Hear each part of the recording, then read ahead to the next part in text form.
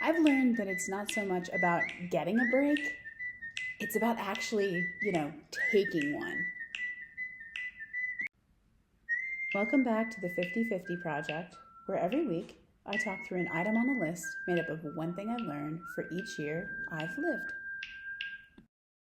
Okay, so this week we're going back to the work category one last time for thing number 40, take a break. And this is a surprisingly recent lesson that I've learned. Today is my first day back at work after 17 or 18 days off for the holidays, and I am very, very grateful for that time off. I personally think one of the things that most needs to change in our world is a wholesale reordering of what we call work-life balance.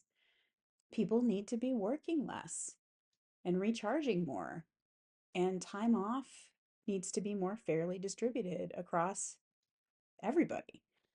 And I genuinely think we could probably do that across all job types and industries if we just made it a collective priority and demanded it as kind of a new normal. But I know I'm lucky as things stand, and I'm grateful that my workplace has, for many years now, really, offered a lot of time off. But I've been kind of bad about taking it.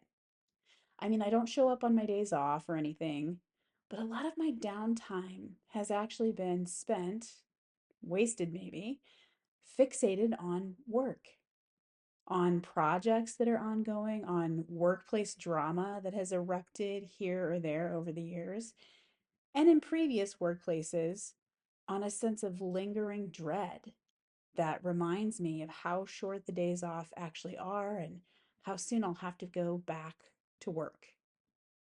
But this year, for whatever reason, when the holiday break started up, I let all that other stuff just stop. I disconnected my company email from my phone and I didn't check it the whole time I was out of office. I just kind of trusted that everything would be there waiting for me when I got back to my regularly scheduled desk time. And it was. And even more surprisingly, I didn't think much about it. Not about the day to day tasks of writing and editing and client strategy, and not, maybe even more surprisingly, about the bigger ticket questions that seem to always be churning in my brain about how to build up this business I'm part of or how to ride out the shifts in our field. I just, for some reason, did not think about it.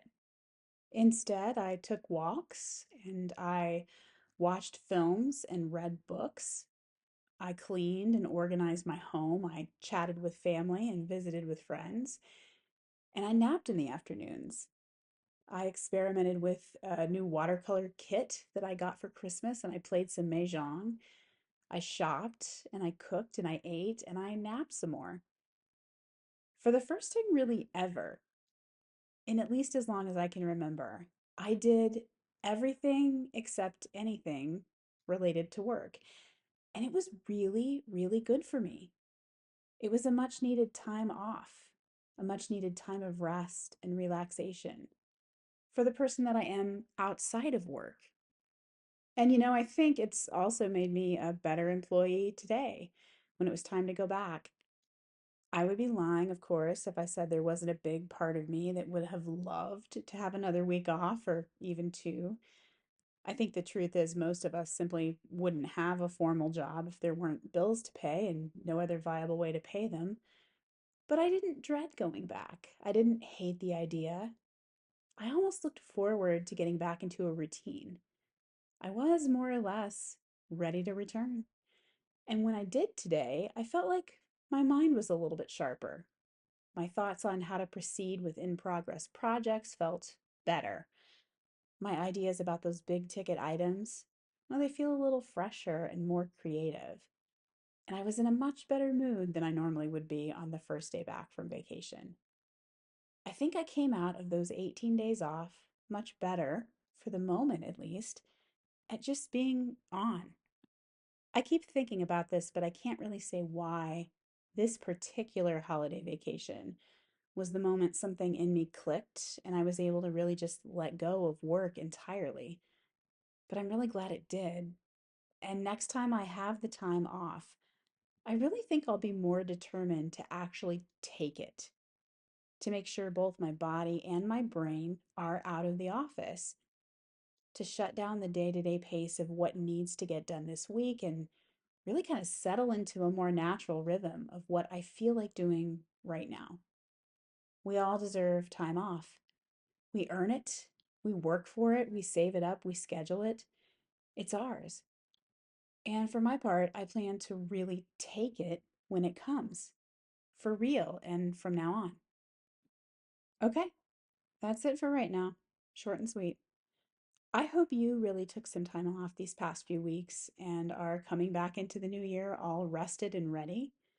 Thanks for spending some time with me today, and I'll be back next week with thing number 41.